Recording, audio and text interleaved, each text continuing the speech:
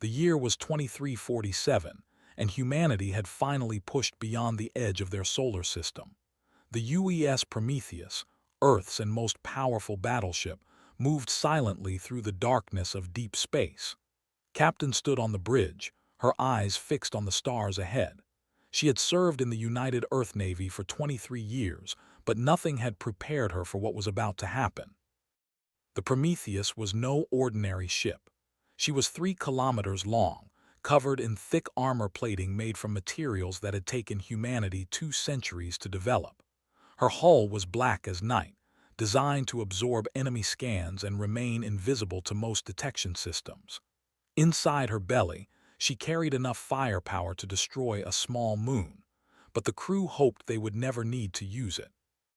Commander James, the ship's first officer, approached the captain with a worried expression on his face.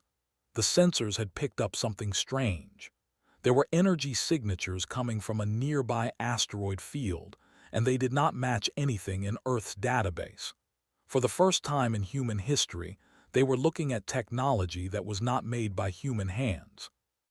Captain ordered the ship to slow down and approach carefully. Her heart was beating fast, but her voice remained calm and steady. She had trained her whole life for moments like this. The crew worked in focused silence as the Prometheus moved closer to the source of the signals. What they found changed everything. Hidden among the asteroids was a massive alien station.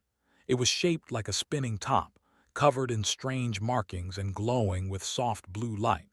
Around it floated dozens of alien warships, each one sleek and elegant in design. They looked like silver fish swimming through the ocean of space. The smallest of them was still larger than any ship Earth had ever built before the Prometheus. The aliens detected the human ship immediately. Within seconds, 10 of their vessels broke formation and moved to surround the Prometheus. Their weapons powered up, creating a ring of deadly energy around the Earth battleship. A transmission came through, filled with strange clicking sounds that the ship's computer struggled to translate. After several tense minutes, the translation came through. The aliens called themselves the Dominion, and they had controlled this region of space for over 10,000 years. They demanded that the human ship power down its weapons and prepare to be boarded. They spoke with absolute confidence, as if the idea of resistance was laughable to them. Captain requested a diplomatic meeting instead. She explained that humanity came in peace and wished only to establish friendly contact. The commander, a tall being with gray skin and large black eyes, appeared on the... He looked at the humans with something like amusement mixed with contempt. They had encountered many species during their long history of expansion. Most were primitive creatures barely capable of space travel. The few that showed any real development were quickly conquered and added to the Dominion. The commander assumed humans would be no different. Their single ship, while surprisingly large, was surely no match for the might of the fleet. He gave the humans 1 hour to surrender. If they refused, they would be destroyed as an example to any other primitive species foolish enough to challenge the Dominion. The transmission ended, leaving the bridge crew in stunned silence. Captain called a meeting of her senior officers. They had to make a choice that would determine the future of humanity. Surrender meant becoming slaves to an alien empire. Fighting meant certain death against overwhelming numbers, but had not risen to command Earth's greatest warship by accepting impossible choices. She ordered the crew to battle stations. Throughout the Prometheus, alarms began to sound. Thousands of crew members ran to their positions with practiced efficiency. Weapon systems that had never been fired in actual combat powered up for the first time. The ship's massive fusion reactors increased their output, flooding the vessel with energy. In the fighter bays, pilots climbed into their craft and prepared for launch. The commander watched these preparations with growing curiosity. He had expected the humans to panic or plead for mercy. Instead, they were actually preparing to fight. It was almost entertaining. He ordered his ships to move into attack formation, eager to teach these primitive creatures a lesson they would not forget. When the hour ended, they opened fire. Brilliant beams of plasma shot toward the Prometheus from all directions. The alien weapons were powerful enough to cut through the armor of any ship in seconds. They expected the human vessel to be torn apart like paper in a storm. The beams hit the Prometheus and stopped. The ship's energy shields, invisible until that moment, flashed into existence as they absorbed the attack. The aliens fired again and again, pouring more and more energy into their weapons. The Prometheus sat motionless in space, surrounded by a bubble of protective force that turned every shot aside. The commander felt the first hint of concern. No species they had encountered possessed shield technology this advanced. He ordered all 10 ships to concentrate their fire on a single point. Surely the human shields could not withstand such focused power. Captain smiled grimly and gave a single order. The Prometheus began to move. The great battleship surged forward with acceleration that should have been impossible for a vessel of its size.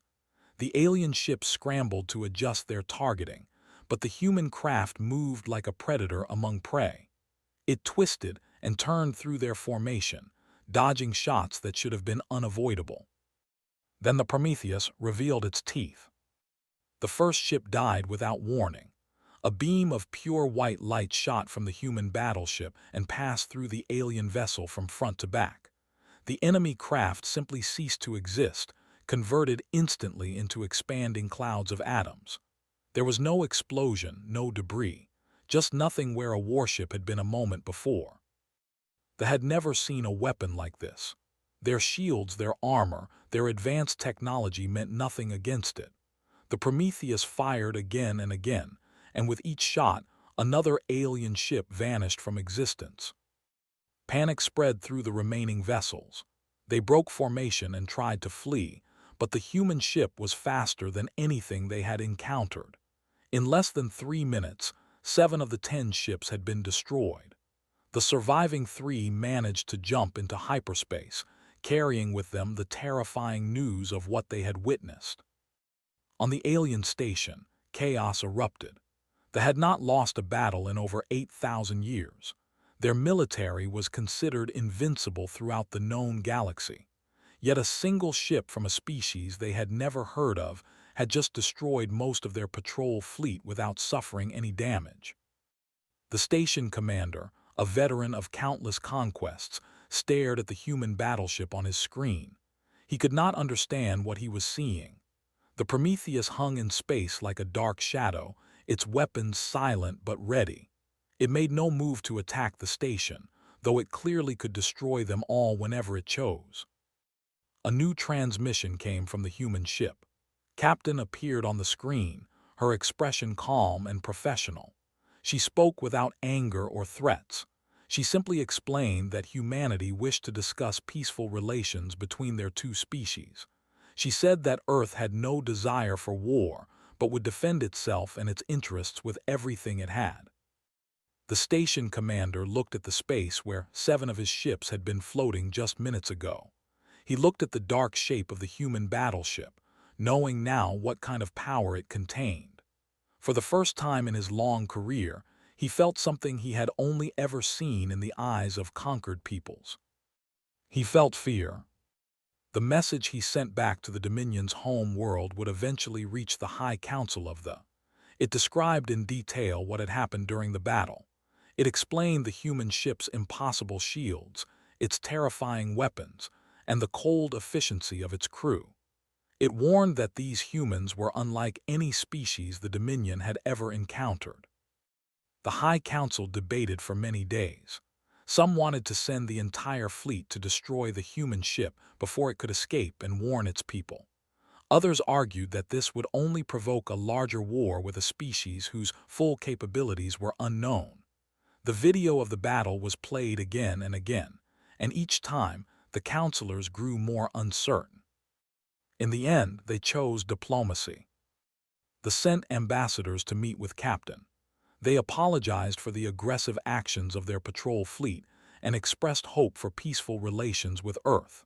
They offered trade agreements, technology exchanges, and formal recognition of human territory. It was the first time in their 10,000-year history that the Dominion had treated another species as equals. When the Prometheus finally returned to Earth, it carried with it not only the first alien ambassadors but also a warning. The galaxy was full of powerful civilizations, many of whom would not be as reasonable as they had become. Humanity would need to prepare for the challenges ahead. But the message that spread fastest across human space was simpler. Out there among the stars, beings who had conquered hundreds of worlds had looked upon the works of humanity and felt afraid. The battleship Prometheus had proven that humans were not prey to be hunted. They were not primitives to be conquered. They were a force to be respected. Captain became a hero across all of Earth's colonies. Schools taught about her calm decision to fight rather than surrender. Military academies studied her tactics in the battle. But when reporters asked her how she felt about the aliens' fear, she gave an answer that surprised many. She said fear was only useful if it led to peace. She hoped and all the other civilizations of the galaxy would learn that humanity wanted friendship, not conflict. But if anyone threatened Earth or its people, they would discover what the Prometheus had already shown. Humanity did not start fights, but they always finished them. The encounter near the asteroid field was just the beginning of humanity's journey into the greater galaxy. There would be more challenges, more threats, and more tests of human strength and courage. But the legend of that first contact spread far and wide among the stars. Wherever the story was told, it carried the same message. The humans had arrived, and they were not afraid.